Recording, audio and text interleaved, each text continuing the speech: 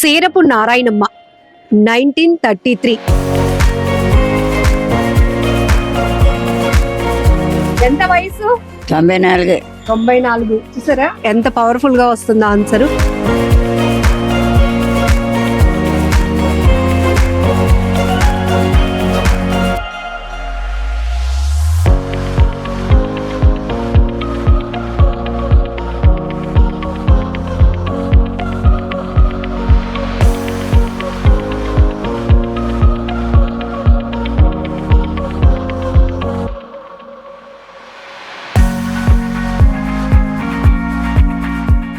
సేరపు నారాయణమ్మ 1933. ఎవరిదమ్మా ఈ ఆధార్ కార్డు? ఎవరు వీళ్ళు? ఎంత వయసు? 94. 94. చూసారా ఎంత పవర్ఫుల్ గా వస్తుందో ఆన్సర్. ఈ వయసులో కూడా అసలు 94 ఏళ్ల వయసులో పక్కన పెట్టండి, 60 ఏళ్ల వయసులో మనం ఏం చేస్తాము అంటే ఇంకా కష్టపడాలా, కాస్త రెస్ట్ తీసుకుంటే పోలా అని అంటాం. హా అని అంటుంది ఈ మామగారు. ఇంతకీ పేరు నారాయణమ్మే, కానీ సీతమ్మ ధార రైతు బజార్లో ఈ బామ్మగారిని అందరూ రైతు శబరి అని పిలుస్తారు. శబరి అని ఎవరు పేరు పెట్టారు? అమ్మేపుళ్ళు అమ్మేవారు. అప్పుడు ఒక నిమ్మకాయల రాజుగారు అని ఉండేవారు. అతను ఎట్టాడు నాకు ఆ పేరు శబరి. అదే పేరు అయిపోయింది. అదే పేరు అయిపోయింది. ఓకే, మరి చూడటానికి అలా ఉన్నారు మీరు, శబరిలాగా అందరూ అలాగే అంటున్నారు. మా శబరిని ఇంటర్వ్యూ చేయడానికి వచ్చారా మీరు రైతు బజార్ అని అడుగుతున్నారు మమ్మల్ని. సౌరమందర బజార్ లో అక్కడ వాళ్ళు అందరూ శబరాన్ని పిల్లడమే. ఎంతమంది పిల్లలు? 5. 5. ఎవరెవరు? 3 ఆడోళ్ళు, 2 మగోళ్ళు. మరి ఇంకెందుకు రెస్ట్ తీసుకోవచ్చు కదా, మళ్ళీ కూరగాయలు అమ్మడం వేయటం. ఇంటికాడ పడుకొని ఏడ్చేయాల బా అంటింది. అంతేనంటారు. మీలాంటి మనవాళ్ళు 14 మంది. 14 మంది మనోళ్ళు. అయినా కూడా కష్టపడాలి. ఇష్టమా మీకు? 20 ఏళ్ల నుంచి చేస్తున్నారంట రైతు బజార్ లో కూరగాయలు అమ్మడం. మరి ఇంటి దగ్గర ఉండడానికి అసలు ఇష్టం ఉండదా? ఇంటికాడ నుండి ఏడ్చారు చెప్పి. టీవీ చూస్తాను. ఆ టీవీ కూడా చూడరా? టీవీ చూడరా? చూస్తాను, నాకు టీవీ వేయడం రాదే. రెస్ట్ తీసుకోరా, పడుకోవచ్చు కదా. అవును, ఒంట్లో బాగాలేకపోతే పడుకుంటాం, బాగుంటే పడుకొని ఉంటావు అలాగానే చెప్పి. అంతే కదండి, అలా పడుకొని ఉండగలవా? మరి ఇంకేమి ఉండలేవు. కబుర్లు చెప్పుకోవచ్చు కదా ఇంటి చుట్టుపక్కల అందరితోని. ఇంటి పక్కన వాళ్ళతో కబుర్లు చెప్పుకొని ఉండొచ్చు. అలాగే వెళ్ళం మేము. ఎవరి ఇంటి పక్క, వాళ్ళ ఇంటి పక్క, వీళ్ళ ఇంటి పక్క, ఎక్కడికి. మా ఇంట్లో పని ఏదో మా బాధ ఏమో అంతే. నా పిల్లలే కాదు, నా మనవలైనా సరే. 14 మంది మనవలు అయితే 10 మంది పెళ్లి చేసాం. 15 మంది పుట్టారు. 15 ఇప్పుడు ఇంట్లో ఉంది, బడికి దేపెట్టి వచ్చింది. అది మొత్తానికి ఖాళీగా ఉండకూడదు. ఒంట్లో దేవుడు సత్తువ ఇచ్చినంత వరకు పని చేస్తూనే ఉండాలి. అంతే అంతే అందరికీ చెప్తున్నారు ఈ మాట. మరి గాంధీ తాత గారిని వాళ్ళని ఎప్పుడైనా చూడటం గానీ? చూడలేదు.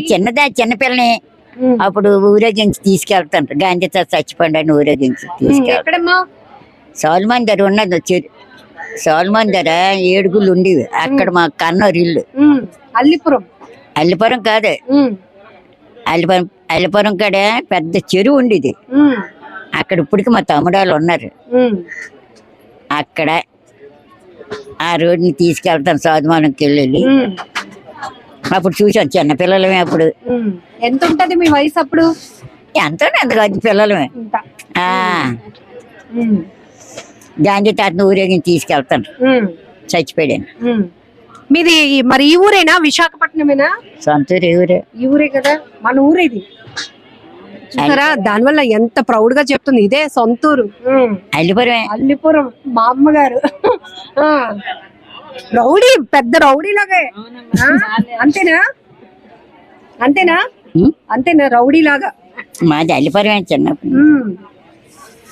మరి అప్పుడు వైజాగ్ ఎలా ఉండేది? ఇప్పుడు అంతా మారిపోయింది.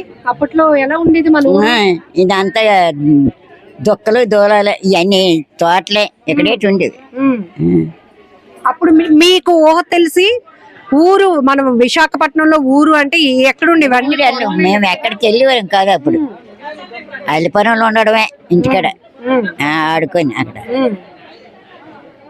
ఆ పెళ్ళి అయ్యాక తాడిచేటిపాలెం ఇచ్చారు మాకు, మా అత్త తాడిచేటిపాలెం అంతే. మొదటి నుంచి పని చేసే వల్ల మీరు ఇలా సాయంగా ఏదైనా ఇప్పుడు ఈ బడ్జెట్ వచ్చింది కానీ మేము ఎక్కడ బయటికి వెళ్ళడం తెలియదు. తాతయ్య గారే మొత్తం అన్ని చూసుకునేవారా?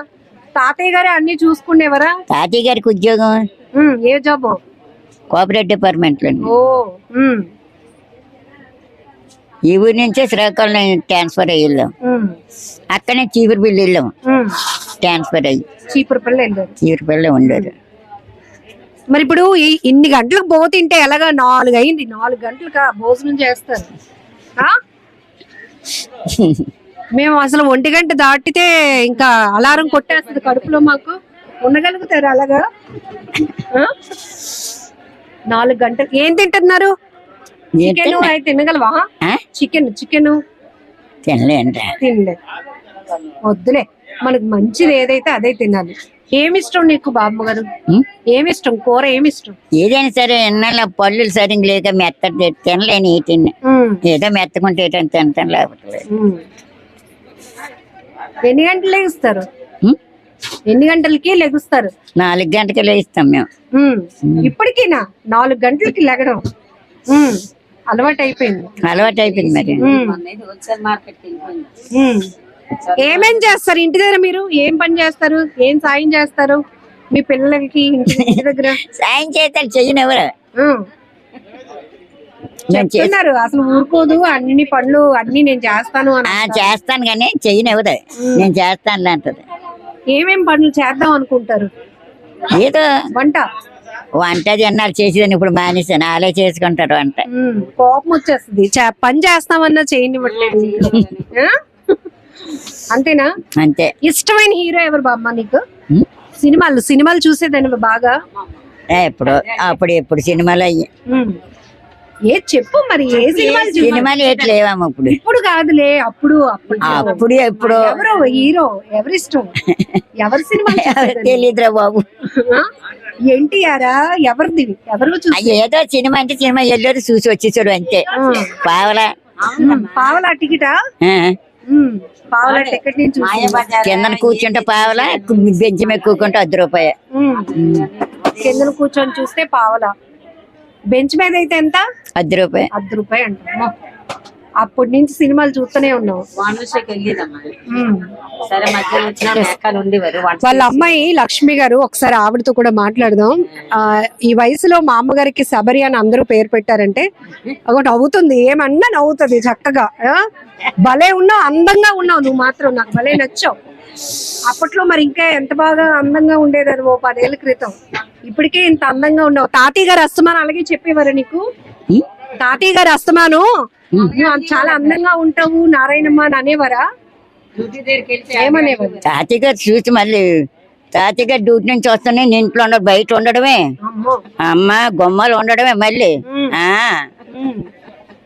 గుమ్మాలు కనబడమే, ఇంట్లో ఉండాలి. గుమ్మాలు ఎందుకున్నావు? ఉండకూడదు అనేవారు. ఇంట్లోగానే ఉండాలి. మళ్ళీ తాతయ్య గారు వచ్చిన బయటకు రావాలి, లేకపోతే ఇంట్లో ఉండాలి. అలా ఉండేవి. మీ అత్తయ్య గారు వాళ్ళు ఎలాగుండేవారు? మా అత్తయ్య గారు మంచినీళ్ళు కానీ పంపేవారు కాదు. మంచినీళ్ళు తాగుతానన్న పంపేవారు? మూతి నీళ్ళకి వెళ్ళిచ్చారు కాదు ఎవరు, ఇంటికాడ ఉండడమే. బయట కంటే రానిచ్చేవారు కాదు. మరి మీ అమ్మగారు మీ నాన్నగారు వాళ్ళు? మా నాన్న మా అమ్మ ఎప్పుడో చనిపోయారు, మా చిన్నాన్న వాళ్ళు ఉండేవారు. వాళ్ళ దగ్గర మీరు ఉన్నారా? ఇప్పుడులాగా సినిమాకి వెళ్తాను, ఫ్రెండ్స్ తో వెళ్తాను అలాంటివి లేవు. అప్పుడు సినిమాలు అయ్యి అక్కడ. మీ ఫ్రెండ్ ఎవరు? మీ ఫ్రెండ్? మా ఫ్రెండ్ చీరపిల్లి ఉండి చనిపోయింది ఆవిడ. అయ్యో, మీ ఫ్రెండ్ పేరు? ఆవిడ పేరు నారాయణమ్మే. ఇప్పుడు మా కెమెరామెన్ పెంచుకుంటదా అని అడగమంటున్నాడు. మా అమ్మగారిని పెంచుకుంటదా నన్ను అని అడగమంటున్నాడు. మా అమ్మగారు భలే హుషారుగా ఉన్నారు, అడగండి మేడం అని అంటున్నాడు. ఏం చెప్పాలి? నన్ను పెంచుకుంటాడా? కాదు, మీరే ఆ అబ్బాయిని పెంచుకోవాలట. దాన్ని పెంచుకుంటాను రా. మన ఇద్దరు జీతం, నా జీతం సరిపోతుంది 18,000. 18,000 జీతమా? పింఛన్ పింఛన్ వస్తుంది. అయినా కూడా కష్టపడుతున్నారు. నిజంగా మీ కాళ్ళకి నమస్కారం పెట్టాలి. ఎందుకంటే ఈ వయసులో ఎంత యాక్టివ్ గా ఉన్నారు. నిజంగా దిష్టి తగిలేస్తుందేమో, అమ్మో అలా అనిపిస్తోంది నిజంగా. 4:30కి వస్తాను ఇక్కడికి. 4:30కి వచ్చి ఇవన్నీ సర్దేసుకుంటారు. సరదాలా మరి ఎవరికైనా డబ్బులు అవి ఎక్కువ ఇచ్చేస్తావేమో చూసుకో. ఎవన కరెక్ట్ గా ఇస్తున్నారు. చెవులు అంటే వినబడు కానీ కళ్ళు కనిపిస్తాయి. సూపర్. ఇంతకన్నా పవర్ఫుల్ వర్డ్స్ అంటూ ఉండవు. మా అమ్మతో ఉంటే కాసేపు స్ట్రెస్ అంతా పోతుంది. నేను కూడా ఇంటర్వ్యూ ఏదో సీరియస్ గా చేయాలని కాదు, కాసేపు మా అమ్మగారితో సరదాగా గడపాలనిపించింది. 2-3 సార్లు నేను కూడా సీతంధార రైతు బజార్కి వచ్చినప్పుడు ఏంటి మా అమ్మగారు ఇంకా ఇక్కడ ఉన్నారు, ఈమెతో ఇంకెవరైనా ఉంటారేమో అనుకుంటే లేదు, గడుసుగా చలాకీగా చక్కగా కూరగాయలు అమ్మేస్తా ఉన్నారు. ఈవిడ పేరు ఏంటండి అంటే, ఆవిడ పేరు వేరే అమ్మ, మేము పిలిచే పేరు వేరే అని అన్నారు. ఏం పేరు పెట్టి పిలుస్తారు అంటే, అందరూ రైతు సబరి అని పిలుస్తాము ఇక్కడ, ఆవిడ అసలు పేరు నారాయణమ్మ అంటే భలే ఇంట్రెస్టింగ్ అనిపించింది. అండ్ ఈ రోజుల్లో చాలా వరకు చూస్తున్నాం కదా, అన్ని బాగున్నా కూడా పని బద్ధకస్తులు చాలా మందే ఉంటారు. మేము మా క్వాలిఫికేషన్ కి తగ్గ జాబ్ రాలేదనో ఇలా రకరకాల కారణాలు చెప్తూ ఉంటారు. కానీ చూసారు కదా 1933 ఇక్కడ. సో 94 years లో కూడా ఎందుకు ఖాళీగా ఉండాలి, ఖాళీగా ఉండి ఏం చేయాలి, కాలక్షేపం ఎందుకు చేయాలి, దాని బదులు ఒంట్లో శక్తి ఉంది కాబట్టి ఇలా పని చేసుకుంటే పోలా, నలుగురిని చూసినట్టు ఉంటుంది, సరదాగా అందరినీ పలకరించినట్టు ఉంటుందని మా అమ్మగారు ఎంతో అద్భుతంగా చెప్తున్న మాటలు భలే హ్యాపీ అనిపిస్తున్నాయి. ఒకసారి వాళ్ళ అమ్మాయితో కూడా ఒకసారి మాట్లాడదాం.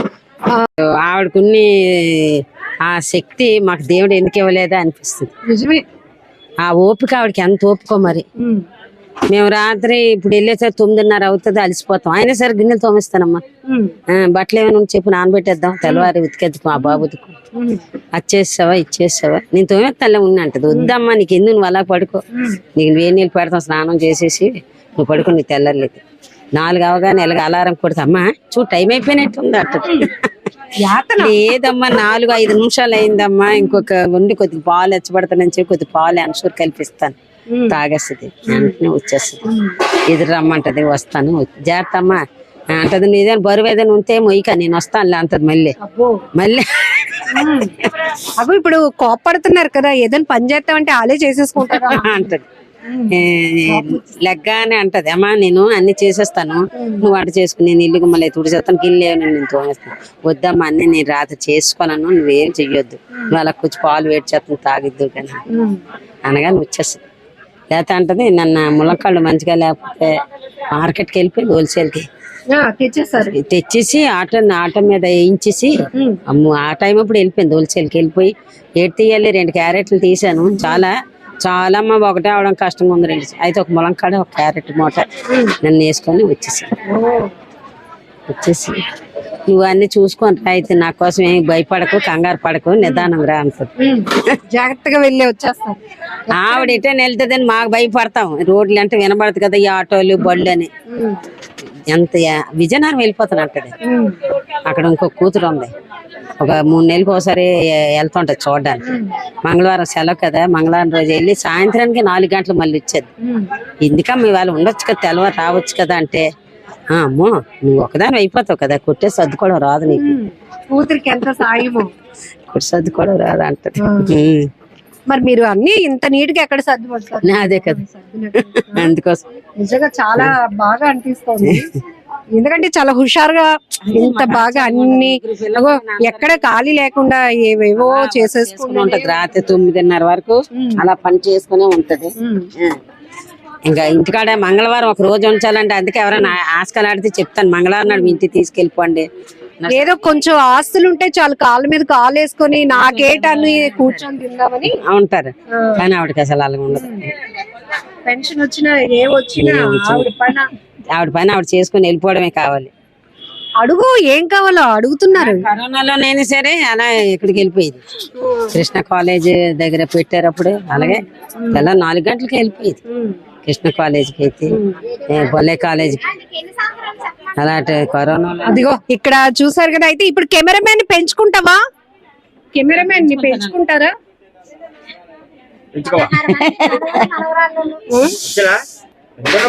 సరే మరి చాలా విషయాలు చెప్పారు. Thank you. ఓకేనా? మరి అందరికి అక్కడ బోల్డ్ మంది మనవళ్ళు మనవరాళ్ళు చూస్తున్నారు, అందరికి కష్టపడమని ఎలా చెప్తారు చెప్పండి మీరు. ఏం చెప్తాను, పని చేసుకోవాలా. రోడ్డు మీద తిరిగి మందులు తాత అవుతుంది ఏంటి, ఏదో కష్టపడి పని చేసుకుంటే అందరూ మర్యాద ఇస్తారు మనకి. అంతే, అది కష్టపడి పని చేస్తే అందరూ మర్యాద ఇస్తారు, గౌరవం ఇస్తారు, మనం కూడా గౌరవంగా పిలుస్తారు, గౌరవంగా మనల్ని. పిలుస్తారు. అంతే. వాళ్ళు ఆడాక ఈడాక తిరిగితే ఎవడు మనకి చూడ. అంటే ఆడు మందు మప్పుతాడు తాగమని, మర్యాద మాపడం. అలాంటి చెడు వ్యసనాలు ఏవైనా ఉంటే మానుకొని గౌరవంగా బ్రతకడానికి అందరూ కష్టపడండి అంటూ ఈ 94 ఏళ్ల బామ్మగారు చెప్తున్న, బామ్మగారు కాదు రైతు శబరి గారు చెప్తున్నటువంటి మాటలు మీకేమనిపిస్తున్నాయి? మామగారిని చూసారు కదా, ఈ స్టోరీ చూసినాక మీకేమనిపించిందో కూడా కామెంట్ బాక్స్ లో మెన్షన్ చేయండి. మనం పెంచుకుంటాం. ఆ? నచ్చనా?